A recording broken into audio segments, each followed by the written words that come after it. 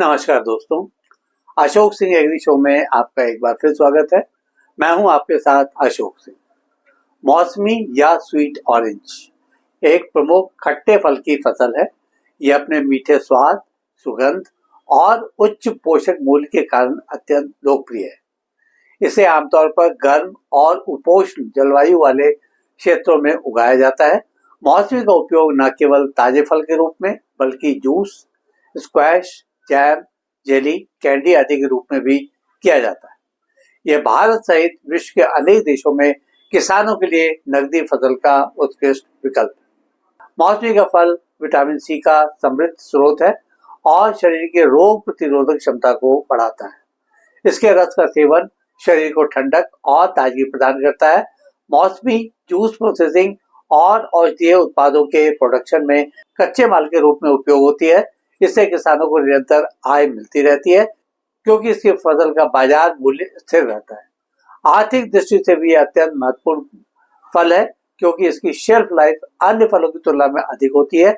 इसका एक्सपोर्ट भी इसी गुण के कारण बड़े पैमाने पर संभव है।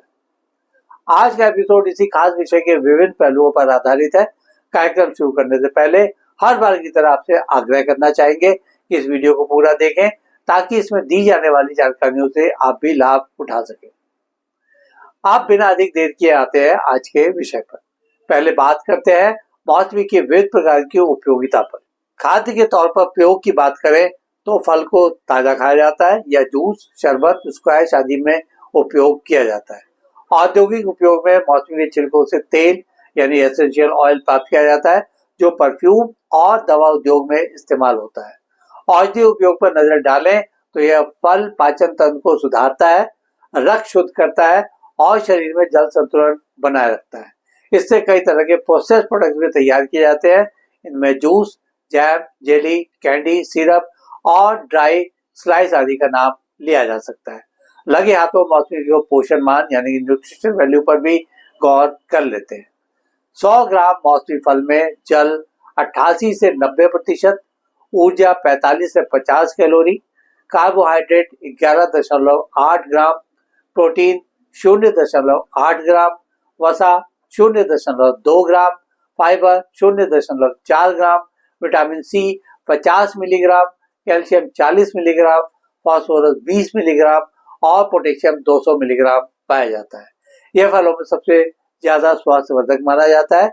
विशेषकर सर्दी, जुकाम और वायरस संक्रमणों में यह बचाव में काफी सहायक है। विश्व में मौसमी का सबसे अधिक उत्पादन ब्राजील, अमेरिका, चीन, स्पेन और मैक्सिको में होता है। ब्राजील विश्व का सबसे बड़ा जूस एक्सपोर्टर देश है। विश्व स्तर पर मौसमी अन्य खट्टे फलों का कुल उत्पादन लगभग 160 मिलियन टन के आसपास है। इनका प्रमुख उपयोग जूस उद्योग में होता है। भारत में मौसमी का उत्पादन मुख्यतः पंजाब, हरियाणा, राजस्थान, महाराष्ट्र, मध्य प्रदेश, उत्तर प्रदेश और आंध्र प्रदेश में होता है। पंजाब की किन्नू किस्म मौसमी का एक लोकप्रिय संकर रूप है जिसका एक्सपोर्ट भी होता है। भारत में लगभग 10 लाख हेक्टेयर क्षेत्र में खट्टे फलों की खेती होती है जिसमें से लगभग 25% क्षेत्र मौसमी के अंतर्गत आता है। आइए किसान और बागवान भाइयों को मौसमी का बगीचा लगाने की तकनीक पर भी जानकारी देते हैं। उपयुक्त जलवायु के तौर पर इसके लिए 20 डिग्री सेंटीग्रेड से 35 डिग्री तापमान और मध्यम नमी सर्वोत्तम रहती है। हल्की दोमट जल निकासी वाली 6 से 7.5 pH की मिट्टी उत्तम रहती है। भूमि की तैयारी करते समय 1 मीटर गहरा और चौड़ा गड्ढा तैयार करें जिसमें गोबर की खाद, बालू और मिट्टी बराबर भाग में मिला लेनी चाहिए।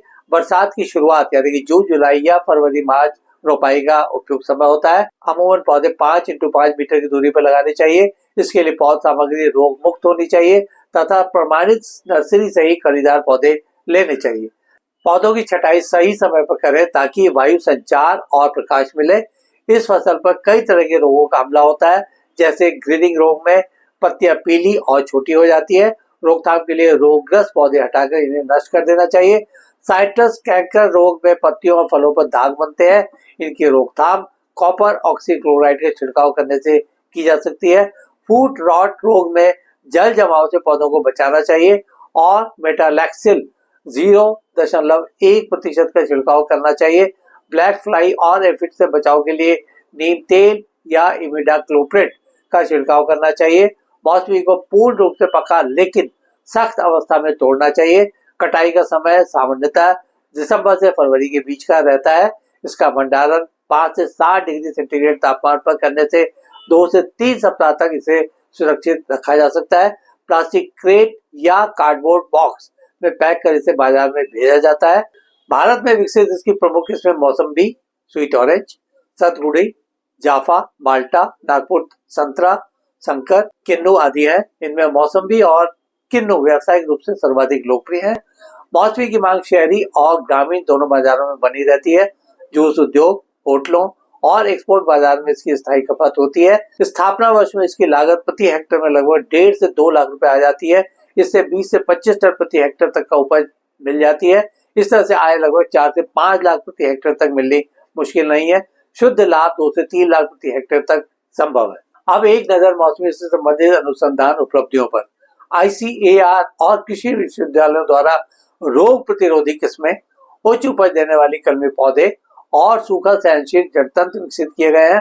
महाराष्ट्र, पंजाब और राजस्थान के बागवानी अनुसंधान केंद्रों ने ड्रिप इरिगेशन और मल्चिंग तकनीक को मौसमी उत्पादन में प्रभावी पाया है। मौसमी उत्पादन के लाभ और जोखिम को भी समझ लेना जरूरी है। जहां तक लाभ की बात है तो उच्च बाजार मांग और एक्सपोर्ट की पर्याप्त संभावनाएं हैं। लंबे समय तक फलन और स्थायी आमदनी होती रहती है। इसके अलावा प्रोसेसिंग उद्योग से आर्थिक लाभ भी मिलता है। अब आते हैं इससे जुड़े जोखिमों के बारे में। ठंड और जल जमाव से बहुत क्षति होती है। साइट्रस कैंकर और ग्रीनिंग रोग का खतरा बना रहता है। शुरुआती वर्षों में पूंजी निवेश अधिक करने की जरूरत पड़ती है। चलते चलते बागवान भाइयों के लिए कुछ व्यवहारिक टिप्स। कलमी पौधों का उपयोग करें। बीज से पौधे नहीं लगाने चाहिए। ड्रिप सिंचाई और मल्चिंग अपनानी चाहिए। पौधों को संतुलित खाद और सूक्ष्म पोषक तत्व देने चाहिए। पौधों की छटाई हर वर्ष दिसंबर में करनी चाहिए और रोग कीट की निगरानी नियमित रूप से करनी चाहिए। स्थानीय हाट बाजारों के अलावा जूस प्रोसेसर से अनुबंध खेती करने के विकल्प भी उपलब्ध हो सकते हैं। आज के एपिसोड में बस इतना ही दोस्तों। कल एक नए विषय पर चर्चा करने के लिए दोबारा इसी समय पर हाजिर होंगे।